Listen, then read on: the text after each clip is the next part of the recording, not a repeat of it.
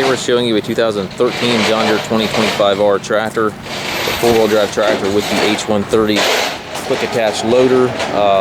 The drive over deck is a 62-inch drive over belly mower. The bucket itself is quick attach as well, and again the loader is quick attach as well, so you can easily remove the bucket or the loader if you'd like. The tractor is in a really nice shape. It's got a couple imperfections. Front of the hood here has got a couple scratches in it, some surface scratches here, back here as well, but overall very clean tractor. Traded this tractor in from a fellow that was upgrading to a larger machine. It's got the 3-point hitch 540 PTO back here, so you can run a brush hog or a blade or a tiller, anything to that nature. Again, the 62-inch drive over deck here.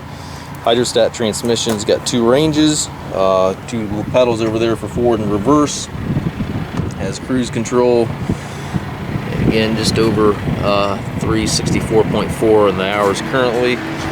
We do take trades. We also can arrange shipping anywhere here within the U.S. We can also offer low rate financing for qualified customers. If you have any questions regarding this or any of our other used tractors, please feel free to contact us.